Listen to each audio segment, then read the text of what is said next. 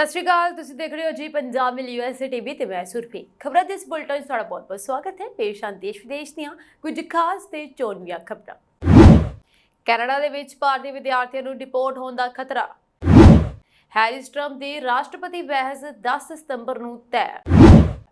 America Trump ਤੇ ਜਵਾਬੀ ਹਮਲਾ ਕਰਨ ਦੇ ਲਈ ਤਿਆਰ ਹੈ। ਕਮਲਾ ਹੈਰਿਸ। ਜੈਪਾਲ ਨੇ ਪਨਾਹ ਮੰਗਣ ਵਾਲਿਆਂ ਲਈ $4 ਮਿਲੀਅਨ ਤੋਂ ਵੱਧ ਕੀਤੇ ਸੁਰੱਖਿਅਤ। ਪੈਂਸਿਲਵੇਨੀਆ ਰੈਲੀ ਵਿੱਚ ਡੋਨਲਡ ਟਰੰਪ ਨੇ ਕੀਤੇ ਵੱਡੇ ਵਾਅਦੇ। ਪੰਜਾਬੀ ਗਾਇਕ ਨੇ ਮਾਰਤਾ ਬੰਦਾ ਆਸਟ੍ਰੇਲੀਆ ਰਹਿੰਦੀ ਕੁੜੀ ਦੇ ਨਾਲ ਕੱਢੀ ਖੁੰਦਕ। ਹੁਣ ਇਹਨਾਂ ਖਬਰਾਂ ਦਾ ਵਿਸਥਾਰ।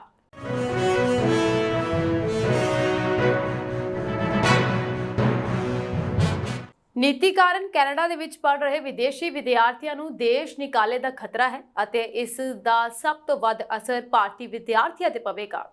ਦਰਅਸਲ ਕੈਨੇਡੀਅਨ ਸਰਕਾਰ ਨੇ ਹਾਲ ਹੀ ਦੇ ਵਿੱਚ ਆਪਣੀ ਇਮੀਗ੍ਰੇਸ਼ਨ ਨੀਤੀ ਵਿੱਚ ਕੁਝ ਬਦਲਾਅ ਕੀਤੇ ਹਨ। ਇਨ੍ਹਾਂ ਤਬਦੀਲੀਆਂ ਦੇ ਕਾਰਨ 70,000 ਤੋਂ ਵੱਧ ਗ੍ਰੈਜੂਏਟ ਵਿਦਿਆਰਥੀਆਂ ਦਾ ਭਵਿੱਖ ਅਨਿਸ਼ਚਿਤਤਾ ਵਿੱਚ ਹੈ। ਇਮੀਗ੍ਰੇਸ਼ਨ ਨੀਤੀ ਵਿੱਚ ਬਦਲਾਅ ਦੇ ਹਿੱਸੇ ਵਜੋਂ ਕੈਨੇਡਾ ਸਰਕਾਰ ਸਥਾਈ ਨਿਵਾਸ ਲਈ ਨਾਮਜ਼ਦਗੀਆਂ ਦੀ ਗਿਣਤੀ ਨੂੰ 25% ਤੱਕ ਘਟਾਉਣ ਦੀ ਤਿਆਰੀ ਕਰ ਰਹੀ ਹੈ ਅਤੇ ਕੈਨੇਡਾ ਦੇ ਵਿੱਚ ਪੜ੍ਹਨ ਲਈ ਪਰਮਿਟਾਂ ਦੀ ਗਿਣਤੀ ਵੀ ਘਟਾਈ ਜਾਵੇਗੀ। ਵਰਣਨਯੋਗ ਹੈ ਕਿ ਕੈਨੇਡਾ ਵਿੱਚ ਪਿਛਲੇ ਕੁਝ ਸਾਲਾਂ ਵਿੱਚ ਆਬਾਦੀ ਤੇਜ਼ੀ ਨਾਲ ਵਧੀ ਹੈ ਅਤੇ ਇਸ ਆਬਾਦੀ ਵਿੱਚ ਲਗਭਗ 97% ਵਾਧੇ ਵਿੱਚ ਪ੍ਰਵਾਸੀ ਸ਼ਾਮਲ ਹਨ। ਇਸ ਲਈ ਕੈਨੇਡੀਅਨ ਸਰਕਾਰ ਦੇਸ਼ ਵਿੱਚ ਆਉਣ ਵਾਲੇ ਪ੍ਰਵਾਸੀਆਂ ਦੀ ਗਿਣਤੀ ਨੂੰ ਸੀਮਿਤ ਕਰਨਾ ਚਾਹੁੰਦੀ ਹੈ। ਇਸ ਸਾਲ ਦੇ ਅੰਤ ਵਿੱਚ ਜਦੋਂ ਵਿਦਿਆਰਥੀਆਂ ਦੇ ਵਰਕ ਪਰਮਿਟ ਦੀ ਮਿਆਦ ਖਤਮ ਹੋ ਜਾਵੇਗੀ ਤਾਂ ਉਹਨਾਂ ਨੂੰ ਦੇਸ਼ ਨਿਕਾਲਾ ਦਿੱਤਾ ਜਾ ਸਕਦਾ ਹੈ। ਕੈਨੇਡਾ ਦੀ ਜਸਟਿਨ ਟਰੂਡੋ ਸਰਕਾਰ ਤੇ ਇਨੀ ਦਿਨੀ ਅਸਥਾਈ ਨਿਵਾਸੀਆਂ ਦੀ ਗਿਣਤੀ ਘਟਾਉਣ ਦੇ ਲਈ ਬਹੁਤ ਦਬਾਅ ਬਣਿਆ ਹੋਇਆ। ਇਸ ਦਾ ਕਾਰਨ ਇਹ ਹੈ ਕਿ ਹਾਲ ਹੀ ਦੇ ਸਮੇਂ ਵਿੱਚ ਕੈਨੇਡਾ ਵਿੱਚ ਘਰਾਂ ਦੀਆਂ ਕੀਮਤਾਂ ਅਤੇ ਬੇਰੁਜ਼ਗਾਰੀ ਦੀ ਦਰ ਬਹੁਤ ਵੱਧ ਗਈ ਹੈ।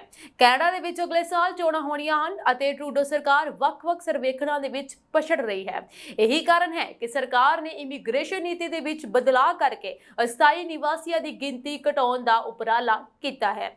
ਕੈਨੇਡੀਅਨ ਸਰਕਾਰ ਵੀ ਆਪਣੇ ਦੇਸ਼ ਵਿੱਚ ਵਿਦੇਸ਼ੀ ਕਾਮਿਆਂ ਦੀ ਗਿਣਤੀ ਘਟਾ ਰਹੀ ਹੈ। ਰੋਜ਼ਗਾਰ ਅਤੇ ਸਮਾਜਿਕ ਵਿਕਾਸ ਕੈਨੇਡਾ यानी ESDC ਦੇ ਆંકੜਿਆਂ ਅਨੁਸਾਰ 2023 ਦੇ ਵਿੱਚ 1,83,820 ਅਸਥਾਈ ਵਿਦੇਸ਼ੀ ਕਾਮਿਆਂ ਨੂੰ ਪਰਮਿਟ ਦਿੱਤੇ ਗਏ ਸਨ, ਜੋ ਕਿ 2019 ਦੇ ਮੁਕਾਬਲੇ 88% ਵੱਧ ਹੈ। ਨੀਤੀ ਵਿੱਚ ਬਦਲਾਅ ਤਹਿਤ ਕੈਨੇਡਾ ਹੁਣ ਉਹਨਾਂ ਖੇਤਰਾਂ ਵਿੱਚ ਵਿਦੇਸ਼ੀ ਕਾਮਿਆਂ ਨੂੰ ਪਰਮਿਟ ਨਹੀਂ ਦੇਵੇਗਾ ਜਿੱਥੇ ਬੇਰੁਜ਼ਗਾਰੀ ਦੀ ਦਰ 6% ਜਾਂ ਇਸ ਤੋਂ ਵੱਧ ਹੈ। ਹਾਲਾਂਕਿ ਖੇਤੀ, ਫੂਡ ਪ੍ਰੋਸੈਸਿੰਗ, ਨਿਰਮਾਣ ਖੇਤਰ ਅਤੇ ਸਿਹਤ ਸੰਭਾਲ ਵਰਗੇ ਖੇਤਰਾਂ ਨੂੰ ਵਿਦੇਸ਼ੀ ਕਰਮਚਾਰੀਆਂ ਦੀ ਭਰਤੀ ਵਿੱਚ ਛੋਟ ਮਿਲੇਗੀ। ਕੈਨੇਡਾ ਸਰਕਾਰ ਨੇ 3 ਸਾਲਾਂ ਦੌਰਾਨ ਆਰਜ਼ੀ ਨਿਵਾਸੀ ਆਬਾਦੀ ਨੂੰ ਕੈਨੇਡਾ ਦੀ ਕੁੱਲ ਆਬਾਦੀ ਦਾ 5% ਤੱਕ ਘਟਾਉਣ ਲਈ ਹੋਰ ਉਪਾਅ ਕਰਨ ਦਾ ਵੀ ਵਾਅਦਾ ਕੀਤਾ ਹੈ। ਅਮਰੀਕੀ ਰਿਪਬਲਿਕਨ ਉਮੀਦਵਾਰ ਡੋਨਲਡ ਟਰੰਪ ਅਤੇ ਉਹਨਾਂ ਦੀ ਡੈਮੋਕ੍ਰੈਟਿਕ ਵਿਰੋਧੀ ਕਮਲਾ ਹੈਰਿਸ ਅਗਲੇ ਮਹੀਨੇ ਰਾਸ਼ਟਰਪਤੀ ਜੋ ਬਾਈਡਨ ਦੁਆਰਾ ਦੌੜ ਛੱਡਣ ਤੋਂ ਬਾਅਦ ਆਪਣੀ ਪਹਿਲੀ ਰਾਸ਼ਟਰਪਤੀ ਬਹਿਸ ਵਿੱਚ ਹਿੱਸਾ ਲੈਣਗੇ। ਬਹਿਸ ABC ਨਿਊਜ਼ ਦੁਆਰਾ 10 ਸਤੰਬਰ ਨੂੰ ਰਾਤ 9 ਵਜੇ ਹੋਵੇਗੀ। ਕਿਹਾ ਗਿਆ ਹੈ ਕਿ ਡੈਮੋਕ੍ਰੇਟ ਅਤੇ ਰਿਪਬਲਿਕਨ ਵਿਚਕਾਰ ਸਵਿੰਗ ਅਤੇ ਇਸ ਸਾਲ ਦੀ ਚੋਣ ਦੇ ਜੇਤੂ ਨੂੰ ਨਿਰਧਾਰਤ ਕਰਨ ਵਿੱਚ ਮਦਦ ਕਰੇਗਾ।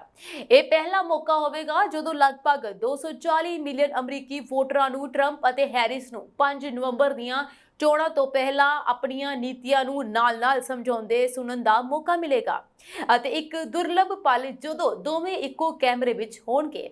ਡੇਵਿਡ ਨੇ ਅਤੇ ਲਿੰਸੇ ਡੇਵਿਸ ਦੁਆਰਾ ਸੰਚਾਲਿਤ ਇਹ ABC ਚੈਨਲ ਤੇ ਪ੍ਰਸਾਰਿਤ ਹੋਵੇਗਾ ਅਤੇ ABC news live Disney plus ਅਤੇ ਹੁਲੂ ਤੇ ਸਟ੍ਰੀਮ ਕਰੇਗਾ। ਬਾਈਡਨ ਅਤੇ ਟਰੰਪ ਵਿਚਕਾਰ CNN ਦੀ ਜੂਨ ਦੀ ਬਹਿਸ ਨੇ ਮਾਈਕਰੋਫੋਨ ਬੰਦ ਕਰ ਦਿੱਤੇ ਸਨ ਜਦੋਂ ਉਮੀਦਵਾਰ ਬੋਲ ਨਹੀਂ ਰਹੇ ਸਨ। ਟਰੰਪ ਦੇ ਬੁਲਾਰੇ ਨੇ ਕਿਹਾ ਕਿ ਦੋਵੇਂ ਧਿਰਾਂ ਇੱਕੋ ਜਿਹੀਆਂ ਸ਼ਰਤਾਂ ਤੇ ਸਹਿਮਤ ਹਨ, ਪਰ ਹੈਰਿਸ ਦੇ ਬੁਲਾਰੇ ਨੇ ਕਿਹਾ ਕਿ ਅਖੌਤੀ ਹੋਟ ਮਾਈਕ ਬਾਰੇ ਗੱਲਬਾਤ ਅਜੇ ਵੀ ਜਾਰੀ ਹੈ। ਵਾਈਸ ਪ੍ਰੈਜ਼ੀਡੈਂਟ ਹੈਰਿਸ, ਜਿਸ ਨੇ ਪਿਛਲੇ ਮਹੀਨੇ ਬਾਈਡਨ ਦੇ ਇੱਕ ਵਿਨਾਸ਼ਕਾਰੀ ਬਹਿਸ ਪ੍ਰਦਰਸ਼ਨ ਤੋਂ ਬਾਅਦ ਹਟਣ ਤੋਂ ਬਾਅਦ ਡੈਮੋਕ੍ਰੈਟਿਕ ਨਾਮਜ਼ਦਗੀ ਪ੍ਰਾਪਤ ਕੀਤੀ ਸੀ, ਉਸਨੇ ਅਗਸਤ ਦੇ ਸ਼ੁਰੂ ਵਿੱਚ ਕਿਹਾ ਸੀ ਕਿ ਉਹ 10 ਸਤੰਬਰ ਦੀ ਬਹਿਸ ਵਿੱਚ ਹਿੱਸਾ ਲਵੇਗੀ ਜੋ ਪਹਿਲਾਂ ਬਾਈਡਨ ਅਤੇ ਟਰੰਪ ਦੁਆਰਾ ਸਹਿਮਤ ਹੋਈ ਸੀ। ਟਰੰਪ 78 ਅਤੇ ਹੈਰਿਸ 59 ਦੇ ਤੀਜੀ ਧਿਰ ਦੇ ਉਮੀਦਵਾਰਾਂ ਦੁਆਰਾ ਸ਼ਾਮਲ ਹੋਣ ਦੀ ਸੰਭਾਵਨਾ ਨਹੀਂ ਹੈ। ਯੋਗਤਾ ਪੂਰੀ ਕਰਨ ਵਾਲੇ ਉਮੀਦਵਾਰਾਂ ਨੂੰ ਲਾਜ਼ਮੀ ਤੌਰ ਤੇ ਲੋੜੀਂਦੀ ਗਿਣਤੀ ਵਿੱਚ ਰਾਜ ਦੇ ਬੈਲਟ ਤੇ ਪੇਸ਼ ਹੋਣਾ ਚਾਹੀਦਾ ਹੈ ਅਤੇ 4 ਰਾਸ਼ਟਰੀ ਰਾਏ ਪੋਲਾਂ ਵਿੱਚ ਘੱਟੋ-ਘੱਟ 15% ਸਮਰਥਨ ਤੱਕ ਪਹੁੰਚਣਾ ਚਾਹੀਦਾ ਹੈ, ਜੋ ABC ਦੇ ਮਿਆਰਾਂ ਨੂੰ ਪੂਰਾ ਕਰਦੇ ਹਨ। ਯੋਗਤਾ ਪੂਰੀ ਕਰਨ ਦੀ ਅੰਤਿਮ ਮਿਤੀ 3 ਸਤੰਬਰ ਹੈ। ਨਵੰਬਰ ਦੀਆਂ ਰਾਸ਼ਟਰਪਤੀ ਚੋਣਾਂ ਦੇ ਵਿੱਚ ਨਾਟਕੀ ਪ੍ਰਵੇਸ਼ ਤੋਂ ਬਾਅਦ ਆਪਣੀ ਪਹਿਲੀ ਇੰਟਰਵਿਊ ਵਿੱਚ ਕਮਲਾ ਹੈਰਿਸ ਨੇ 29 ਅਗਸਤ ਨੂੰ ਘੋਸ਼ਣਾ ਕੀਤੀ ਕਿ ਅਮਰੀਕੀ ਲੋਕ ਡੋਨਲਡ ਟਰੰਪ ਦਾ ਪੰਨਾ ਬਦਲਣ ਦੇ ਲਈ ਤਿਆਰ ਹਨ। 59 ਸਾਲਾਂ ਦੇ ਡੈਮੋਕ੍ਰੇਟ ਨੇ ਜ਼ੋਰ ਦੇ ਕੇ ਕਿਹਾ ਕਿ ਉਹ ਗੈਰ ਕਾਨੂੰਨੀ ਇਮੀਗ੍ਰੇਸ਼ਨ ਤੇ ਸਖਤ ਹੋਵੇਗੀ, ਵਿਵਾਦਪੂਰਨ ਤੇਲ ਅਤੇ ਗੈਸ ਫ੍ਰੈਕਿੰਗ ਦਾ ਸਮਰਥਨ ਕਰੇਗੀ ਅਤੇ ਨਿਰਪੱਖ ਆਰਥਿਕਤਾ ਦੇ ਨਾਲ ਆਪਣੀ ਉਦਾਰਵਾਦੀ ਪਿਛੋਕੜ ਤੇ ਕਾਇਮ ਰਹੇਗੀ। ਹੈਰਿਸ ਨੇ ਪ੍ਰਭਾਵਸ਼ਾਲੀ ਰਾਜ ਜਾਰਜੀਆ ਵਿੱਚ ਪ੍ਰਚਾਰ ਦੌਰਾਨ ਆਪਣੇ ਸਾਥੀ ਟਿਮ ਵਾਲਜ਼ ਨਾਲ ਇੱਕ ਸਾਂਝੇ ਇੰਟਰਵਿਊ ਵਿੱਚ ਕਿਹਾ ਕਿ ਮੈਂ ਇਹ ਕੰਮ ਕਰਨ ਲਈ ਸਭ ਤੋਂ ਵਧੀਆ ਹਾਂ। ਹੈਰਿਸ ਨੇ ਕਿਹਾ, ਮੈਨੂੰ ਲੱਗਦਾ ਹੈ ਕਿ ਲੋਕ ਇਸ ਪੰਨੇ ਨੂੰ ਬਦਲਣ ਲਈ ਤਿਆਰ ਹਨ, ਲੋਕ ਨਵੇਂ ਰਾਹ ਦੇ ਲਈ ਤਿਆਰ ਹਨ। ਕਮਲਾ ਹੈਰਿਸ ਨੇ ਇਹ ਵੀ ਕਿਹਾ ਕਿ ਜੇਕਰ ਉਹ ਜਿੱਤ ਜਾਂਦੀ ਹੈ ਤਾਂ ਉਹ ਆਪਣੀ ਕੈਬਨਿਟ ਲਈ ਰਿਪਬਲਿਕਨ ਨੂੰ ਨਾਮਜ਼ਦ ਕਰੇਗੀ। ਇਹ ਇੱਕ ਹੋਰ ਨਿਸ਼ਾਨੀ ਹੈ ਕਿ ਉਹ ਨਿਰਾਸ਼ ਵੋਟਰਾਂ ਤੱਕ ਪਹੁੰਚ ਰਹੀ ਹੈ। ਟਰੰਪ ਦੇ ਸੱਜੇ ਪੱਖੀ ਸੰਦੇਸ਼ ਦਾ ਮੁੱਖ ਹਿੱਸਾ ਇਹ ਸੀ ਕਿ ਉਹ ਇਮੀਗ੍ਰੇਸ਼ਨ ਪ੍ਰਤੀ ਬਹੁਤ ਨਰਮ ਸੀ। ਇਸੇ ਹੈਰਿਸ ਨੇ ਕਿਹਾ ਕਿ ਰਾਸ਼ਟਰਪਤੀ ਦੇ ਤੌਰ ਤੇ ਉਹ ਸਖਤ ਕਾਨੂੰਨਾਂ ਤੇ ਦਸਤਖਤ ਕਰੇਗੀ। ਉਸ ਦੀਆਂ ਟਿੱਪਣੀਆਂ ਇਮੀਗ੍ਰੇਸ਼ਨ ਦੇ ਖਰਚਿਆਂ ਬਾਰੇ ਚਿੰਤਿਤ ਮੱਧਵਾਦੀ ਵੋਟਰਾਂ ਨੂੰ ਦਿਲਾਸਾ ਦੇਣ ਲਈ ਇੱਕ ਬੇਨਤੀ ਜਾਪਦੀਆਂ ਸਨ, ਪਰ ਆਪਣੇ ਖੱਬੇ ਪੱਖੀ ਸਮਰਥਕਾਂ ਦੀ ਸਹਿਮਤੀ ਵਿੱਚ ਉਸਨੇ ਜ਼ੋਰ ਦੇ ਕੇ ਕਿਹਾ ਕਿ ਉਹ ਬੁਨਿਆਦੀ ਤੌਰ ਤੇ ਨਹੀਂ ਬਦਲੀ ਹੈ। ਇਮੀਗ੍ਰੇਸ਼ਨ ਇੰਟੈਗ੍ਰਿਟੀ ਸਿਕਿਉਰਿਟੀ ਅਤੇ ਇਨਫੋਰਸਮੈਂਟ ਸਬ ਕਮੇਟੀ ਦੀ ਰੈਂਕਿੰਗ ਮੈਂਬਰ ਅਮਰੀਕੀ ਕਾਂਗਰਸਮੈਨ ਪਰਮਿਲਾ ਜੈਪਾਲ ਨੇ ਵਾਸ਼ਿੰਗਟਨ ਰਾਜ ਦੇ ਸਮਾਜਿਕ ਅਤੇ ਸਿਹਤ ਸੇਵਾਵਾਂ ਵਿਭਾਗ ਲਈ ਸੰਘੀ ਫੰਡਾਂ ਦੇ ਵਿੱਚ $4 ਮਿਲੀਅਨ ਤੋਂ ਵੱਧ ਸੁਰੱਖਿਅਤ ਕੀਤੇ ਹਨ। ਫੈਡਰਲ ਐਮਰਜੈਂਸੀ ਮੈਨੇਜਮੈਂਟ ਏਜੰਸੀ ਅਤੇ US customs and border protection ਰਾਹੀਂ ਡਿਪਾਰਟਮੈਂਟ ਆਫ ਹੋਮਲੈਂਡ ਸਿਕਿਉਰਿਟੀ ਦੁਆਰਾ ਪ੍ਰਦਾਨ ਕੀਤੇ ਗਏ $4 ਮਿਲੀਅਨ ਤੋਂ ਵੱਧ ਦੀ ਵੰਡ ਦਾ ਉਦੇਸ਼ ਕਿੰਗ ਕਾਉਂਟੀ ਵਿੱਚ ਆਉਣ ਵਾਲੇ ਪ੍ਰਵਾਸੀਆਂ ਦੀ ਸਹਾਇਤਾ ਕਰਨਾ ਹੈ। ਜੈਪਾਲ ਨੇ ਇੱਕ ਬਿਆਨ ਵਿੱਚ ਕਿਹਾ ਕਿ ਵਾਸ਼ਿੰਗਟਨ ਰਾਜ ਦਾ ਸੰਯੁਕਤ ਰਾਜ ਵਿੱਚ ਪ੍ਰਵਾਸੀਆਂ ਦਾ ਸਵਾਗਤ ਕਰਨ ਦਾ ਇੱਕ ਲੰਮਾ ਇਤਿਹਾਸ ਹੈ। ਉਹਨਾਂ ਨੇ ਕਿਹਾ, ਮੈਨੂੰ ਮਾਣ ਹੈ ਕਿ ਮੈਂ ਵਾਸ਼ਿੰਗਟਨ ਲਈ ਇਸ ਬਹੁਤ ਜ਼ਰੂਰੀ ਫੰਡਿੰਗ ਦੀ ਵਕਾਲਤ ਕਰਨ ਅਤੇ ਸੁਰੱਖਿਅਤ ਕਰਨ ਲਈ ਵਾਸ਼ਿੰਗਟਨ ਪ੍ਰਤੀਨਿਧੀ ਮੰਡਲ ਨਾਲ ਕੰਮ ਕੀਤਾ ਹੈ। ਇਹ ਸੰਘੀ ਨਿਵੇਸ਼ ਪ੍ਰਵਾਸੀਆਂ ਲੋਕਾਂ ਨੂੰ ਜ਼ਰੂਰੀ ਆਸਰਾ ਅਤੇ ਸੇਵਾਵਾਂ ਪ੍ਰਦਾਨ ਕਰਨ ਵਿੱਚ ਮਹੱਤਵਪੂਰਨ ਭਾਈਚਾਰੇ ਅਤੇ ਗੈਰ ਲਾਭਕਾਰੀ ਭਾਈਵਾਲਾਂ ਤੋਂ ਇਲਾਵਾ ਰਾਜ ਅਤੇ ਸਥਾਨਕ ਸਰਕਾਰਾਂ ਦੇ ਯਤਨਾਂ ਦਾ ਸਮਰਥਨ ਕਰਨਾ ਜਾਰੀ ਰੱਖੇਗਾ। ਸ਼ਰਨ ਮੰਗਣਾ ਇੱਕ ਅਧਿਕਾਰ ਹੈ ਅਤੇ ਸਾਰੇ ਵਿਅਕਤੀਆਂ ਨੂੰ ਇੱਜ਼ਤ ਨਾਲ ਅਜਿਹਾ ਕਰਨ ਦੇ ਯੋਗ ਹੋਣਾ ਚਾਹੀਦਾ ਹੈ। ਨਵੇਂ ਐਕਵਾਇਰ ਕੀਤੇ ਗਏ ਫੰਡ ਵਾਸ਼ਿੰਗਟਨ ਰਾਜ ਵਿੱਚ ਸਥਾਨਕ ਭਾਈਚਾਰਿਆਂ ਦੀ ਸਮਰੱਥਾ ਨੂੰ ਮਜ਼ਬੂਤ ਕਰਨਗੇ ਤਾਂ ਜੋ ਉਹਨਾਂ ਪ੍ਰਵਾਸੀਆਂ ਨੂੰ ਭੋਜਨ, ਆਸਰਾ, ਕੱਪੜੇ, ਗੰਭੀਰ ਡਾਕਟਰੀ ਦੇਖਭਾਲ ਅਤੇ ਆਵਾਜਾਈ ਵਰਗੇ ਮਹੱਤਵਪੂਰਨ ਸਰੋਤ ਪ੍ਰਦਾਨ ਕੀਤੇ ਜਾ ਸਕਣ ਜੋ ਹਾਲ ਹੀ ਵਿੱਚ ਆਏ ਹਨ ਅਤੇ ਆਪਣੀ ਇਮੀਗ੍ਰੇਸ਼ਨ ਅਦਾਲਤ ਦੀ ਕਾਰਵਾਈ ਦੀ ਉਡੀਕ ਕਰ ਰਹੇ ਹਨ। ਸਾਬਕਾ ਰਾਸ਼ਟਰਪਤੀ ਡੋਨਲਡ ਟਰੰਪ ਨੇ ਦੇਸ਼ ਨੂੰ ਹੋਰ ਕਿਫਾਇਤੀ ਬਣਾਉਣ ਦੇ ਲਈ ਮਹਿੰਗਾਈ ਨੂੰ ਰੋਕਣ ਲਈ ਆਪਣੀ ਵਚਨਬੱਧਤਾ ਨੂੰ ਰੇਖਾਂਕਿਤ ਕੀਤਾ ਹੈ।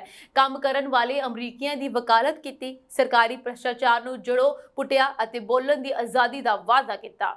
ਰਿਪਬਲਿਕਨ ਰਾਸ਼ਟਰਪਤੀ ਅਹੁਦੇ ਦੇ ਉਮੀਦਵਾਰ ਦੀ ਇਹ ਟਿੱਪਣੀ ਉਸ ਸਮੇਂ ਆਈ ਜਦੋਂ ਉਹ ਪੈਂਸਿਲਵੇਨੀਆ ਵਿੱਚ ਇੱਕ ਜਨਤਕ ਰੈਲੀ ਨੂੰ ਸੰਬੋਧਨ ਕਰ ਰਹੇ ਸਨ।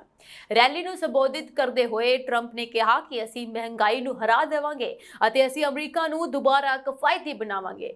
ਅਸੀਂ ਇਕੱਠੇ ਮਿਲ ਕੇ ਆਪਣੀਆਂ ਸਰਹੱਦਾਂ ਨੂੰ ਸੁਰੱਖਿਅਤ ਕਰਨ, ਬੇਅੰਤ ਵਿਦੇਸ਼ੀ ਯੁੱਧਾਂ ਨੂੰ ਖਤਮ ਕਰਨ ਅਤੇ ਅਮਰੀਕਾ ਦੇ ਮਿਹਨਤਕਸ਼ ਲੋਕਾਂ ਦੀ ਰੱਖਿਆ ਲਈ ਲੜ ਰਹੇ ਹਾਂ।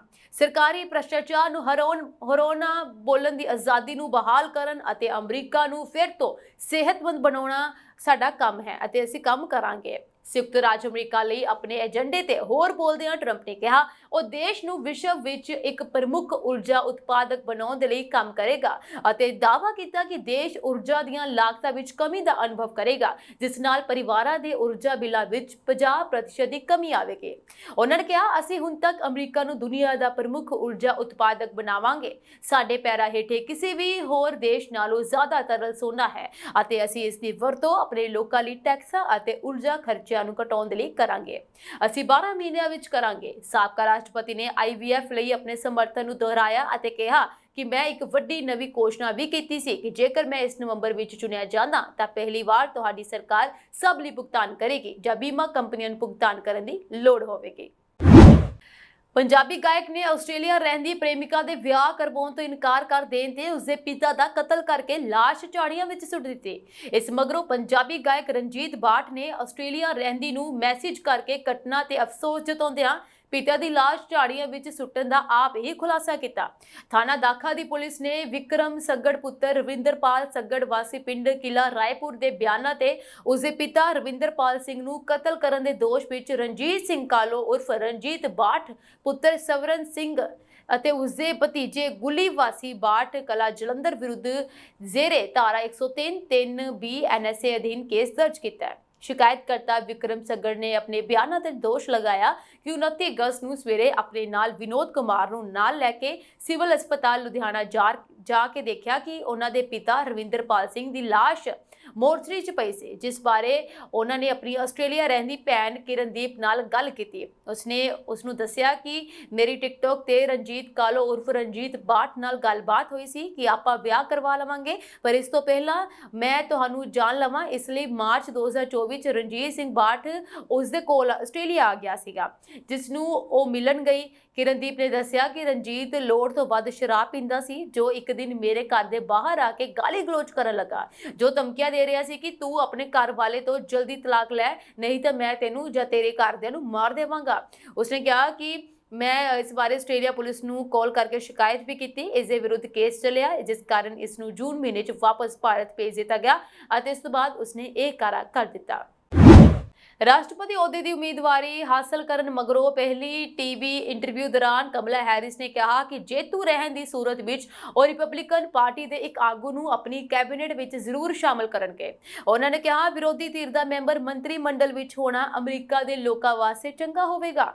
ਕਮਲਾ ਹੈਰਿਸ ਤੋਂ ਸਵਾਲ ਪੁੱਛਣ ਵਾਲੀ ਪੱਤਰਕਾਰ ਉਹ ਹੈ ਜਿਸ ਨੇ ਜੋ ਬਾਈਡਨ ਅਤੇ ਡੋਨਲਡ ਟਰੰਪ ਦਰਮਿਆਨ ਬਹਿਸ ਕਰਵਾਉਣ ਦੀ ਜ਼ਿੰਮੇਵਾਰੀ ਸੰਭਾਲੀ ਹੈ। ਇੰਟਰਵਿਊ ਦੌਰਾਨ ਕਮਲਾ ਹੈਰਿਸ ਨੇ ਦੱਸਿਆ ਕਿ ਉਹ ਆਪਣੇ ਪਰਿਵਾਰ ਨਾਲ ਕੇਕ ਤਿਆਰ ਕਰ ਰਹੇ ਸਨ ਜਦੋਂ ਜੋ ਬਾਈਡਨ ਦਾ ਫੋਨ ਆਇਆ ਅਤੇ ਉਹਨਾਂ ਨੇ ਕਿਹਾ ਕਿ ਉਹ ਰਾਸ਼ਟਰਪਤੀ ਅਹੁਦੇ ਦੀ ਦੌੜ ਵਿੱਚੋਂ ਪਿੱਛੇ ਹਟ ਰਹੇ ਹਨ। ਇਸ ਮਗਰੋਂ ਜੋ ਬਾਈਡਨ ਨੇ ਕਮਲਾ ਹੈਰਿਸ ਨੂੰ ਬਤੌਰ ਉਮੀਦਵਾਰ ਹਮਾਇਤ ਦੇਣ ਦੀ ਗੱਲ ਵੀ ਕੀਤੀ। ਗਾਜ਼ਾ ਦੇ ਮੁੱਦੇ ਤੇ ਕਮਲਾ ਹੈਰਿਸ ਨੇ ਕਿਹਾ ਕਿ ਭਾਵੇਂ ਜੰਗ ਦੌਰਾਨ ਹਜ਼ਾਰਾਂ ਮਾਸੂਮਾਂ ਦੀ ਜਾਨ ਗਈ ਹੈ, ਪਰ ਇਜ਼ਰਾਈਲ ਨੂੰ ਆਪਣਾ ਬਚਾਅ ਕਰਨ ਦਾ ਹੱਕ ਹੈ। ਹੁਣ ਇਹ ਸਭ ਬੰਦ ਹੋਣਾ ਚਾਹੀਦਾ ਹੈ ਅਤੇ ਬੰਦੀਆਂ ਦੀ ਰਿਹਾਈ ਵਾਸਤੇ ਦੋਹਾਂ ਧਿਰਾਂ ਵਿਚਾਲੇ ਸਮਝੌਤਾ ਹੋਵੇ। ਰਾਸ਼ਟਰਪਤੀ ਦੇ ਚੋਣ ਜਿੱਤਣ ਮਗਰੋਂ ਕੀਤੇ ਜਾਣ ਵਾਲੇ ਕੰਮ ਬਾਰੇ ਪੁੱਛੇ ਜਾਣ ਤੇ ਉਹਨਾਂ ਨੇ ਕਿਹਾ ਕਿ ਮੱਧ ਵਰਗੀ ਪਰਿਵਾਰਾਂ ਦੀ ਆਰਥਿਕ ਬਿਹਤਰੀ ਵਾਸਤੇ ਕੰਮ ਕਰਨਗੇ ਅਤੇ ਇਸ ਵਾਸਤੇ ਰੋਜ਼ਾਨਾ ਵਰਤੋਂ ਵਿੱਚ ਆਉਣ ਵਾਲੀਆਂ ਚੀਜ਼ਾਂ ਸਸਤੀਆਂ ਕਰਨ ਦੇ ਯਤਨ ਕੀਤੇ ਜਾਣਗੇ। ਕਮਲਾ ਹੈਰਿਸ ਨੇ ਅੱਗੇ ਕਿਹਾ ਕਿ ਜੇ ਮੁਲਕ ਨੂੰ ਅੱਗੇ ਲਿਜਾਣਾ ਹੈ ਤਾਂ ਸਰਕਾਰ ਵਿੱਚ ਵੱਖੋ ਵੱਖਰੇ ਵਿਚਾਰਾਂ ਵਾਲੇ ਲੋਕਾਂ ਨੂੰ ਸ਼ਾਮਲ ਕਰਨਾ ਜ਼ਰੂਰੀ ਹੋਵੇਗਾ। ਦੱਖਣੀ ਬਾਰਡਰ ਰਾਹੀਂ ਹੋ ਰਹੇ ਨਜਾਇਜ਼ ਪ੍ਰਵਾਸ ਬਾਰੇ ਪੁੱਛੇ ਜਾਣ ਤੇ ਕਮਲਾ ਹੈਰਿਸ ਨੇ ਕਿਹਾ ਕਿ ਉਹਨਾਂ ਨੇ ਕਦੇ ਵੀ ਆਪਣਾ ਸਟੈਂਡ ਨਹੀਂ ਬਦਲਿਆ ਅਤੇ ਸਰਹੱਦ ਪਾਰ ਕਰਕੇ ਆਉਣ ਵਾਲੇ ਅਪਰਾਧਕ ਬਿਰਤੀ ਵਾਲੇ ਲੋਕਾਂ ਨੂੰ ਸਜ਼ਾ ਮਿਲਣੀ ਚਾਹੀਦੀ ਹੈ। ਦੂਜੇ ਪਾਸੇ ਟਰੰਪ ਨੇ ਕਮਲਾ ਹੈਰਿਸ ਦੀ ਇੰਟਰਵਿਊ ਤੇ ਸਵਾਲ ਉਠਾਉਂਦਿਆਂ ਕਿਹਾ ਕਿ ਸਭ ਕੁਝ ਲਾਈਵ ਕਿਉਂ ਨਹੀਂ ਦਿਖਾਇਆ ਗਿਆ। ਟਰੰਪ ਨੇ ਦਾਅਵਾ ਕੀਤਾ ਕਿ ਕਮਲਾ ਹੈਰਿਸ ਨੂੰ ਇੰਟਰਵਿਊ ਦੇਣ ਦਾ ਤਰੀਕਾ ਵੀ ਨਹੀਂ ਪਤਾ, ਤਾਂ ਉਹ ਮੁਲਕ ਕਿੱਥੋਂ ਸੰਭਾਲ ਲਵੇਗੀ। ਐਲਨ ਮਸਕ ਦੇ ਨਾਲ ਵਿਵਾਦ ਦੇ ਵਿਚਕਾਰ ਬ੍ਰਾਜ਼ੀਲ ਦੀ ਸੁਪਰੀਮ ਕੋਰਟ ਦੇ ਇੱਕ ਜੱਜ ਨੇ ਐਕਸ ਤੇ ਪਾਬੰਦੀ ਲਗਾ ਦਿੱਤੀ ਹੈ। ਉਸ ਦੇ ਹੁਕਮ ਜਾਰੀ ਕੀਤੇ ਹਨ। ਜੱਜ ਨੇ ਐਲਨ ਮਸਕ ਦੇ ਸਾਬਕਾ ਨੂੰ ਮੁਅੱਤਲ ਕਰਨ ਦਾ ਹੁਕਮ ਦਿੰਦੇ ਹੋਏ ਕਿਹਾ ਕਿ ਉਸਨੇ ਅਦਾਲਤ ਵੱਲੋਂ ਦਿੱਤੀ ਗਈ ਸਮਾਂ ਸੀਮਾ ਦੇ ਅੰਦਰ ਬ੍ਰਾਜ਼ੀਲ ਵਿੱਚ ਆਪਣੇ ਕਾਨੂੰਨੀ ਪ੍ਰਤੀਨਿਧੀ ਬਾਰੇ ਜਾਣਕਾਰੀ ਨਹੀਂ ਦਿੱਤੀ। ਇਹ ਫੈਸਲਾ ਬ੍ਰਾਜ਼ੀਲ ਦੀ ਸੁਪਰੀਮ ਕੋਰਟ ਦੇ ਜੱਜ ਅਲੈਗਜ਼ੈਂਡਰ ਡੀ ਮੋਰੇਸ ਅਤੇ ਐਲਨ ਮਸਕ ਵਿਚਕਾਰ ਚੱਲ ਰਹੇ ਵਿਵਾਦ ਦੇ ਵਿਚਕਾਰ ਆਇਆ। ਇਸ ਵਿੱਚ ਬ੍ਰਾਜ਼ੀਲ ਵਿੱਚ ਸੈਟੇਲਾਈਟ ਇੰਟਰਨੈਟ ਪ੍ਰਦਾਤਾ ਸਟਾਰਲਿੰਕ ਦੇ ਵਿੱਤੀ ਖਾਤਿਆਂ ਨੂੰ ਫ੍ਰੀਜ਼ ਕਰਨਾ ਵੀ ਸ਼ਾਮਲ ਹੈ। ਆਦੇਸ਼ ਵਿੱਚ ਮੋਰੇਸ ਨੇ ਦੇਸ਼ ਵਿੱਚ ਐਕਸ ਤੇ ਤੁਰੰਤ ਪਾਬੰਦੀ ਲਗਾਉਣ ਦਾ ਆਦੇਸ਼ ਦਿੱਤਾ, ਜਦਕਿ ਇਸ ਦੇ ਸਾਰੇ ਸੰਬੰਧਿਤ ਅਦਾਲਤੀ ਆਦੇਸ਼ਾਂ ਦੀ ਪਾਲਣਾ ਨਹੀਂ ਕੀਤੀ ਜਾਂਦੀ, ਜਿਸ ਵਿੱਚ 18 ਮਿਲੀਅਨ ਰਈਸ ਦੇ ਜੁਰਮਾਨੇ ਦਾ ਭੁਗਤਾਨ ਅਤੇ ਬ੍ਰਾਜ਼ੀਲ ਦੇ ਵਿੱਚ ਕਾਨੂੰਨੀ ਪ੍ਰਤੀਨਿਧੀ ਦੀ ਨਿਯੁਕਤੀ ਸ਼ਾਮਲ ਹੈ। ਇਜ਼ਰਾਈਲ ਅਤੇ ਹਮਾਸ ਪੋਲੀਓ ਟੀਕਾਕਰਨ ਮੁਹਿੰਮ ਦੀ ਆਗਿਆ ਦੇਣ ਲਈ 3 ਵੱਖ-ਵੱਖ ਖੇਤਰਾਂ ਵਿੱਚ ਗਾਜ਼ਾ ਪੱਟੀ ਵਿੱਚ 3 ਦਿਨਾਂ ਲਈ ਲੜਾਈ ਨੂੰ ਰੋਕਣ ਲਈ ਸਹਿਮਤ ਹੋਏ ਹਨ। ਇਹ ਜਾਣਕਾਰੀ ਵੀਰਵਾਰ ਨੂੰ ਵਿਸ਼ਵ ਸਿਹਤ ਸੰਗਠਨ WHO ਦੇ ਇੱਕ ਅਧਿਕਾਰੀ ਨੇ ਦਿੱਤੀ। ਵੈਸਟ ਬੈਂਕ ਅਤੇ ਗਾਜ਼ਾ ਦੇ ਵਿੱਚ WHO ਦਫ਼ਤਰ ਦੇ ਮੁਖੀ ਰਿਕ ਪੇਪਰਕੋਰਨ ਨੇ ਨਿਊਯਾਰਕ ਵਿੱਚ ਸੰਯੁਕਤ ਰਾਸ਼ਟਰ ਦੇ ਮੁੱਖ ਦਫ਼ਤਰ ਵਿੱਚ ਪੱਤਰਕਾਰਾਂ ਨੂੰ ਦੱਸਿਆ ਕਿ ਗਾਜ਼ਾ ਦੇ ਵਿੱਚ ਇੱਕ ਪੋਲੀਓ ਟੀਕਾਕਰਨ ਮੁਹਿੰਮ 1 ਸਤੰਬਰ ਤੋਂ ਸ਼ੁਰੂ ਹੋਵੇਗੀ। ਪੇਪਰਕੋਰਨ ਦੇ ਅਨੁਸਾਰ ਇਹ ਸਮਝੌਤਾ ਸਥਾਨਕ ਸਮੇਂ ਅਨੁਸਾਰ ਸਵੇਰੇ 6 ਵਜੇ ਤੋਂ ਦੁਪਹਿਰ 3 ਵਜੇ ਦੇ ਵਿਚਕਾਰ ਹੋਣਾ ਹੈ, ਜਿਸ ਦੀ ਸ਼ੁਰੂਆਤ ਮੱਧ ਗਾਜ਼ਾ ਵਿੱਚ ਲੜਾਈ ਵਿੱਚ 3 ਦਿਨਾਂ ਦੇ ਵਿਰਾਮ ਦੇ ਨਾਲ ਹੋਵੇਗੀ। ਇਸ ਮੁਹਿੰਮ ਦਾ ਟੀਚਾ ਲਗਭਗ 6,40,000 ਬੱਚਿਆਂ ਨੂੰ ਹੈ, ਜਿਸ ਵਿੱਚ ਜਨਮ ਤੋਂ ਲੈ ਕੇ 10 ਸਾਲ ਤੱਕ ਦੇ ਹਰੇਕ ਬੱਚੇ ਨੂੰ ਵੈਕਸੀਨ ਦੀਆਂ 2 ਖੁਰਾਕਾਂ ਦਿੱਤੀਆਂ ਜਾਣਗੀਆਂ। 25 ਸਾਲਾਂ ਵਿੱਚ ਪੋਲੀਓ ਵਾਇਰਸ ਦੀ ਲਾਗ ਦਾ ਪਹਿਲਾ ਮਾਮਲਾ ਇਸ ਮਹੀਨੇ ਦੇ ਸ਼ੁਰੂ ਵਿੱਚ ਗਾਜ਼ਾ ਪੱਟੀ ਵਿੱਚ ਦਰਜ ਕੀਤਾ ਗਿਆ ਸੀ। ਸੁਨੀਤਾ ਵਿਲੀਅਮਸ ਲੰਬੇ ਸਮੇਂ ਤੋਂ ਪੁਲਾੜ 'ਚ ਫਸੀ ਹੋਈ ਹੈ। ਬੁਚ ਵਿਲਮੋਰ ਵੀ ਉਸ ਦੇ ਨਾਲ ਹੈ। ਆਖਿਰ ਦੋਵਾਂ ਨੂੰ ਪੁਲਾੜ ਤੋਂ ਵਾਪਸ ਲਿਆਉਣ 'ਚ ਦੇਰੀ ਕਿਉਂ ਹੋ ਰਹੀ ਹੈ? ਨਾਸਾ ਨੇ ਇਸ ਦਾ ਕਾਰਨ ਦੱਸਿਆ ਹੈ। ਇਹਨਾਂ ਦੋਵਾਂ ਨੂੰ ਵਾਪਸ ਲਿਆਉਣ ਦਾ ਫੈਸਲਾ ਭਾਰਤੀ ਮੂਲ ਦੇ ਇੱਕ ਹੋਰ ਪੁਲਾੜ ਯਾਤਰੀ ਨਾਲ ਵੀ ਜੁੜਿਆ ਹੋਇਆ ਹੈ। ਉਹ ਪੁਲਾੜ ਯਾਤਰੀ ਕਲਪਨਾ ਚਾਵਲਾ ਸੀ। 1 ਫਰਵਰੀ 2003 ਨੂੰ ਕਲਪਨਾ ਚਾਵਲਾ ਨੂੰ ਲੈ ਕੇ ਵਾਪਸ ਪਰਤਰੀ ਸਪੇਸ ਸ਼ਟਲ ਜਿਵੇਂ ਹੀ ਧਰਤੀ ਘੇਰੇ ਵਿੱਚ ਪਹੁੰਚੀ, ਅੱਗ ਦੇ ਗੋਲੇ ਵਿੱਚ ਬਦਲ ਗਈ। ਇਸ ਪੁਲਾੜ ਸ਼ਟਲ ਵਿੱਚ 6 ਹੋਰ ਪੁਲਾੜ ਯਾਤਰੀ ਵੀ ਸ਼ਾਮਲ ਸਨ। ਇਸ ਤੋਂ ਪਹਿਲਾਂ 26 ਜਨਵਰੀ 1986 ਨੂੰ ਸਪੇਸ ਸ਼ਟਲ ਚੈਲੰਜਰ ਦੇ ਧਮਾਕੇ ਕਾਰਨ 14 ਪੁਲਾੜ ਯਾਤਰੀਆਂ ਦੀ ਜਾਨ ਚਲੀ ਗਈ ਸੀ। ਹੁਣ ਨਾਸਾ ਨੂੰ ਚਿੰਤਾ ਹੈ ਕਿ ਸੁਨੀਤਾ ਵਿਲੀਅਮਸ ਅਤੇ ਬੁਚ ਵਿਲਮੋਰ ਦੀ ਜਲਦਬਾਜ਼ੀ ਉਹਨਾਂ ਦੀ ਜਾਨ ਲੈ ਸਕਦੀ ਹੈ। ਇਹੀ ਕਾਰਨ ਹੈ ਕਿ ਨਾਸਾ ਇਸ ਮਾਮਲੇ ਵਿੱਚ ਫੂਕ ਕੇ ਕਦਮ ਚੁੱਕ ਰਿਹਾ ਹੈ। ਜ਼ਿਕਰਯੋਗ ਹੈ ਕਿ ਸੁਨੀਤਾ ਵਿਲੀਅਮਸ ਅਤੇ ਬੁਚ ਵਿਲਮੋਰ ਪਿਛਲੇ 8 ਮਹੀਨਿਆਂ ਤੋਂ ਪੁਲਾੜ ਵਿੱਚ ਫਸੇ ਹੋਏ ਹਨ। ਅਮਰੀਕਾ ਵਿੱਚ 6 ਸਾਲ ਦੇ ਬੇਟੇ ਦਾ ਕਥਿਤ ਤੌਰ ਤੇ ਕਤਲ ਕਰਕੇ ਪੰਜਾਬੀ ਪਤੀ ਨਾਲ ਫਰਾਰ ਹੋਈ ਸਿੰਡੀ ਰੋਡਰਿਗਜ਼ ਸਿੰਘ, ਜਿਸ ਦੀ ਸੂਹ ਦੇਣ ਵਾਲੇ ਨੂੰ $25,000 ਦਾ ਇਨਾਮ ਮਿਲੇਗਾ। ਜੀ ਹਾਂ, ਫੈਡਰਲ ਬਿਊਰੋ ਆਫ ਇਨਵੈਸਟੀਗੇਸ਼ਨ ਵੱਲੋਂ ਸਰਗਰਮੀ ਦੇ ਨਾਲ ਉਸ ਦੀ ਭਾਲ ਕੀਤੀ ਜਾ ਰਹੀ ਹੈ, ਜੋ 22 ਮਾਰਚ 2023 ਨੂੰ ਆਪਣੇ ਪਤੀ ਅਰਸ਼ਦੀਪ ਸਿੰਘ ਅਤੇ 6 ਬੱਚਿਆਂ ਦੇ ਨਾਲ ਭਾਰਤ ਫਰਾਰ ਹੋ ਗਈ। ਅਰਸ਼ਦੀਪ ਸਿੰਘ ਅਤੇ ਸਿੰਡੀ ਰੋਡਰਿਗਜ਼ ਸਿੰਘ ਜਦੋਂ ਭਾਰਤ ਜਾਣ ਵਾਲੇ ਜਹਾਜ਼ ਵਿੱਚ ਬੈਠੇ ਤਾਂ ਉਹਨਾਂ ਦੇ ਨਾਲ 6 ਸਾਲ ਦਾ ਨੋਇਲ ਮੌਜੂਦ ਨਹੀਂ ਸੀ, ਜੋ ਅਕਤੂਬਰ 2022 ਮਗਰੋਂ ਕਦੇ ਨਜ਼ਰ ਨਹੀਂ ਆਇਆ। ਨੋਇਲ ਮਾਨਸਿਕ ਤੌਰ ਤੇ ਬਿਮਾਰ ਸੀ, ਜਿਸ ਦਾ ਸੰਭਾਵਤ ਤੌਰ ਤੇ ਕਤਲ ਕਰ ਦਿੱਤਾ ਗਿਆ। ਟੈਕਸਸ ਸੂਬੇ ਦੇ ਐਵਰਮੈਨ ਸ਼ਹਿਰ ਵਿੱਚ ਇਹ ਸਾਰਾ ਘਟਨਾਕ੍ਰਮ ਅਕਤੂਬਰ 2022 ਤੋਂ ਇਸ ਸਾਲ ਮਾਰਚ 2023 ਦਰਮਿਆਨ ਵਾਪਰਿਆ। ਐਵਰਮੈਨ ਪੁਲਿਸ ਮੁਤਾਬਿਕ ਸਿੰਡੀ ਦੇ ਪਤੀ ਅਰਸ਼ਦੀਪ ਸਿੰਘ ਵਿਰੁੱਧ ਹੀ ਵੀ ਸਹਾਇਕ ਹੋਣ ਦੇ ਦੋਸ਼ ਆਇਦ ਕੀਤੇ ਜਾ ਸਕਦੇ ਹਨ। ਪੁਲਿਸ ਨੇ ਦੱਸਿਆ ਕਿ 6 ਸਾਲ ਦਾ ਨੋਇਲ ਸਿੰਡੀ ਦੇ 10 ਬੱਚਿਆਂ ਵਿੱਚੋਂ ਇੱਕ ਸੀ। 3 ਬੱਚੇ ਗ੍ਰੈਂਡ ਪੇਰੈਂਟਸ ਕੋਲ ਰਹਿੰਦੇ ਸਨ, ਜਦਕਿ ਨੋਇਲ ਸਣੇ 7 ਬੱਚੇ ਅਰਸ਼ਦੀਪ ਅਤੇ ਸਿੰਡੀ ਦੇ ਨਾਲ ਰਹਿ ਰਹੇ ਸਨ। ਇਨ੍ਹਾਂ ਬੱਚਿਆਂ ਦੇ ਵਿੱਚ ਜੋੜੇ ਬੱਚਿਆਂ ਦਾ ਜਨਮ ਅਕਤੂਬਰ 2022 ਵਿੱਚ ਹੋਇਆ ਅਤੇ ਇਸੇ ਦੌਰਾਨ ਨਵੰਬਰ ਵਿੱਚ ਨੋਇਲ ਲਾਪਤਾ ਹੋ ਗਿਆ। ਡੈਲਸ ਵਿਖੇ FBI ਦੇ ਸਪੈਸ਼ਲ ਏਜੰਟ ਇੰਚਾਰਜ ਚੈਡ ਯਾਰਬਰਾਏ ਨੇ ਮੀਡੀਆ ਦੇ ਨਾਲ ਗੱਲਬਾਤ ਕਰਦਿਆਂ ਕਿਹਾ ਕਿ ਇਨਾਮੀ ਰਕਮ ਦੇ ਐਲਾਨ ਮਗਰੋਂ ਜ਼ਰੂਰ ਕੋਈ ਨਾ ਕੋਈ ਮਦਦ ਵਾਸਤੇ ਅੱਗੇ ਆਵੇਗਾ। ਸਿੰਡੀ ਦਾ ਹੁਲੀਆ ਜਾਰੀ ਕਰਦਿਆਂ ਉਹਨਾਂ ਨੇ ਦੱਸਿਆ ਕਿ ਉਸ ਦੀ ਉਮਰ 39 ਸਾਲ ਹੈ, ਕੱਦ 5 ਫੁੱਟ 1 ਇੰਚ 2 ਤੋਂ 5 ਫੁੱਟ 3 ਇੰਚ ਅਤੇ ਵਜ਼ਨ ਤਕਰੀਬਨ 60-65 ਕਿਲੋ ਹੈ। ਸਿੰਡੀ ਦੀਆਂ ਦੋਵੇਂ ਲੱਤਾਂ ਤੇ ਸੱਜੀ ਬਾਂਹ ਤੇ ਟੈਟੂ ਬਣੇ ਹੋਏ ਹਨ, ਜਦਕਿ ਅੱਖਾਂ ਦਾ ਰੰਗ ਭੂਰਾ ਅਤੇ ਵਾਲ ਵੀ ਭੂਰੇ ਹਨ। ਜਾਂਚਕਰਤਾਵਾਂ ਮੁਤਾਬਿਕ ਨੋਇਲ ਦੇ ਲਾਪਤਾ ਹੋਣ ਮਗਰੋਂ ਸਿੰਡੀ ਕਾਫੀ ਸਮਾਂ ਇਹ ਕਹਿੰਦੀ ਰਹੀ ਕਿ ਉਹ ਮੈਕਸੀਕੋ ਵਿੱਚ ਆਪਣੇ ਅਸਲ ਪਿਤਾ ਕੋਲ ਹੈ। ਫਿਰ ਇੱਕ ਵਾਰ ਉਸਨੇ ਆਖ ਦਿੱਤਾ ਕਿ ਉਹਨਾਂ ਦੀ ਰਿਸ਼ਤੇਦਾਰ ਨੇ ਬੱਚਾ ਕਿਸੇ ਨੂੰ ਵੇਚ ਦਿੱਤਾ। ਪੁਲਿਸ ਨੇ ਸਿੰਡੀ ਦੇ ਦਾਅਵਿਆਂ ਦੀ ਤਸਦੀਕ ਵਾਸਤੇ ਮੈਕਸੀਕੋ ਸਰਕਾਰ ਤੱਕ ਪਹੁੰਚ ਕੀਤੀ ਅਤੇ ਇਹ ਗੱਲ ਸਾਫ਼ ਹੋ ਗਈ ਕਿ ਨੋਇਲ ਮੈਕਸੀਕੋ ਵਿੱਚ ਨਹੀਂ ਹੈ। ਅਮਰੀਕਾ ਦੇ ਸਾਬਕਾ ਰਾਸ਼ਟਰਪਤੀ ਡੋਨਾਲਡ ਟਰੰਪ ਨੇ ਕਿਹਾ ਕਿ ਜੇਕਰ ਉਹ ਅਮਰੀਕਾ ਦੇ ਚੋਟੀ ਦੇ ਅਹੁਦੇ ਲਈ ਦੁਬਾਰਾ ਚੁਣੇ ਜਾਂਦੇ ਹਨ ਤਾਂ ਉਹ IVF ਵਿਧੀ ਦੀ ਵਰਤੋਂ ਕਰਕੇ ਔਰਤਾਂ ਦੇ ਲਈ ਗਰਭ ਅਵਸਥਾ ਦੀ ਪ੍ਰਕਿਰਿਆ ਨੂੰ ਮੁਫਤ ਬਣਾ ਦੇਣਗੇ। ਹਾਲਾਂਕਿ ਟਰੰਪ ਨੇ ਇਹ ਨਹੀਂ ਦੱਸਿਆ ਕਿ ਉਹਨਾਂ ਦੀ ਯੋਜਨਾ ਕਿਵੇਂ ਕੰਮ ਕਰੇਗੀ ਅਤੇ ਇਸ ਨੂੰ ਕਿਵੇਂ ਫੰਡ ਦਿੱਤਾ ਜਾਵੇਗਾ। ਉਹਨਾਂ ਨੇ ਕਿਹਾ ਕਿ ਮੈਂ ਅੱਜ ਇੱਕ ਮਹੱਤਵਪੂਰਨ ਐਲਾਨ ਕਰ ਰਿਹਾ ਹਾਂ ਕਿ ਟਰੰਪ ਪ੍ਰਸ਼ਾਸਨ ਦੇ ਅਧੀਨ ਤੁਹਾਡੀ ਸਰਕਾਰ ਜਾਂ ਤੁਹਾਡੀ ਬੀਮਾ ਕੰਪਨੀ IVF ਪ੍ਰਕਿਰਿਆਵਾਂ ਨਾਲ ਜੁੜੇ ਸਾਰੇ ਖਰਚਿਆਂ ਦਾ ਭੁਗਤਾਨ ਕਰੇਗੀ। ਇਮਾਨਦਾਰੀ ਦੇ ਨਾਲ ਇਹ ਇਸ ਲਈ ਹੈ ਕਿਉਂਕਿ ਅਸੀਂ ਵਧੇਰੇ ਬੱਚੇ ਚਾਹੁੰਦੇ ਹਾਂ। ਕੈਨੇਡਾ ਦੀ ਉਪ ਪ੍ਰਧਾਨ ਮੰਤਰੀ ਕ੍ਰਿਸਟੀਆ ਫਰੀਲੈਂਡ ਨੇ ਹੈਰਾਨਕੁਨ ਟਿੱਪਣੀ ਕਰਦਿਆਂ ਕਿਹਾ ਕਿ ਕੁਝ ਲੋਕਾਂ ਨੇ ਕੌਮਾਂਤਰੀ ਵਿਦਿਆਰਥੀਆਂ ਨੂੰ ਇੱਥੇ ਪੜ੍ਹਨ ਵਾਸਤੇ ਨਹੀਂ ਸਗੋਂ ਆਪਣੇ ਮਕਸਦ ਪੂਰੇ ਕਰਨ ਵਾਸਤੇ ਸੱਦਿਆ ਅਤੇ ਵੱਡੇ ਪੱਧਰ ਤੇ ਇਸ ਯੋਜਨਾ ਦੀ ਦੁਰਵਰਤੋਂ ਕੀਤੀ ਹੈ। ਇਹੋ ਹਾਲ ਆਰਜ਼ੀ ਵਿਦੇਸ਼ੀ ਕਾਮਿਆਂ ਦੇ ਮਾਮਲੇ ਵਿੱਚ ਰਿਹਾ ਅਤੇ ਵੱਡੇ ਪੱਧਰ ਇਸ ਯੋਜਨਾ ਦੀ ਵੀ ਰੱਜ ਕੇ ਦੁਰਵਰਤੋਂ ਕੀਤੀ ਗਈ। ਕ੍ਰਿਸਟੀਆ ਫਰੀਲੈਂਡ ਦਾ ਇਹ ਬਿਆਨ ਅਜਿਹੇ ਸਮੇਂ ਆਇਆ ਜਦੋਂ ਇੰਟਰਨੈਸ਼ਨਲ ਸਟੂਡੈਂਟਸ ਅਤੇ ਟੈਂਪਰੇਰੀ ਫੋਰਨ ਵਰਕਰਸ ਪੱਖਵੀ ਬਹਿਸ ਦਾ ਕੇਂਦਰ ਬਿੰਦੂ ਬਣੇ ਹੋਏ ਹਨ। ਪੱਤਰਕਾਰਾਂ ਦੇ ਨਾਲ ਗੱਲਬਾਤ ਕਰਦਿਆਂ ਉਹਨਾਂ ਨੇ ਕਿਹਾ, ਅਸੀਂ ਕੌਮਾਂਤਰੀ ਵਿਦਿਆਰਥੀਆਂ ਅਤੇ ਆਰਜ਼ੀ ਵਿਦੇਸ਼ੀ ਕਾਮਿਆਂ ਨੂੰ ਨਵੇਂ ਕੈਨੇਡੀਅਨ ਵਜੋਂ ਦੇਖਿਆ ਜੋ ਮੁਲਕ ਵਾਸਤੇ ਵੱਧ ਤੋਂ ਵੱਧ ਯੋਗਦਾਨ ਦੀ ਸਮਰੱਥਾ ਰੱਖਦੇ ਸਨ। ਜ਼ਿਆਦਾਤਰ ਮਾਮਲਿਆਂ ਵਿੱਚ ਸਭ ਠੀਕ ਠਾਕ ਵੀ ਰਿਹਾ, ਪਰ ਕੁਝ ਲੋਕ ਸਿਸਟਮ ਦੀ ਦੁਰਵਰਤੋਂ ਕਰਨ ਤੋਂ ਬਾਜ਼ ਨਹੀਂ ਆਏ। ਐਡਲਟ ਐਜੂਕੇਸ਼ਨ ਅਤੇ ਚੈਰਿਟੀ ਸਿਟੀ ਲਿਟ ਵੱਲੋਂ ਕਰਵਾਏ ਗਏ ਸਰਵੇਖਣ ਅਨੁਸਾਰ ਲੰਡਨ 'ਚ ਸਭ ਤੋਂ ਜ਼ਿਆਦਾ ਬੋਲੀਆਂ ਜਾਣ ਵਾਲੀਆਂ ਟੌਪ 10 ਵਿਦੇਸ਼ੀ ਭਾਸ਼ਾਵਾਂ ਦੀ ਸੂਚੀ 'ਚ ਦੱਖਣੀ ਏਸ਼ੀਆਈ ਭਾਸ਼ਾ ਬੰਗਾਲੀ ਪਹਿਲੇ ਸਥਾਨ ਤੇ ਹੈ।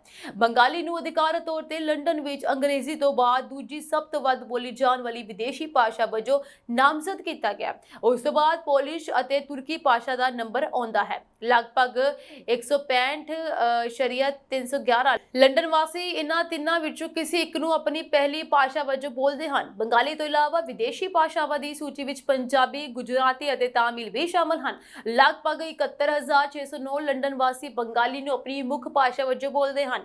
ਇਹ ਤਿੰਨ ਵੱਖ-ਵੱਖ ਸ਼ਹਿਰਾਂ ਵਿੱਚ ਲੋਕਾਂ ਵੱਲੋਂ ਬੋਲੀ ਜਾਂਦੀ ਸਭ ਤੋਂ ਆਮ ਮੁੱਖ ਭਾਸ਼ਾ ਹੈ, ਜੋ ਅੰਗਰੇਜ਼ੀ ਤੋਂ ਬਾਅਦ ਦੂਜੇ ਨੰਬਰ ਤੇ ਆਉਂਦੀ ਹੈ। ਬੰਗਾਲੀ 71,609, ਪੋਲਿਸ਼ 48,585, ਤੁਰਕੀ 45,117, ਗੁਜਰਾਤੀ 43,866, ਪੰਜਾਬੀ 22,108, ਉਰਦੂ 18,127, ਫ੍ਰੈਂਚ 13,113 ਤੇ ਅਰਬੀ 11,971, ਤਾਮਿਲ 10,513, ਪੁਰਤਗਾਲੀ 9,897 ਹੈ, ਜੋ ਕਿ ਲੰਡਨ ਦੇ ਵਿੱਚ ਬੋਲੀਆਂ ਜਾਂਦੀਆਂ ਭਾਸ਼ਾ ਹਨ।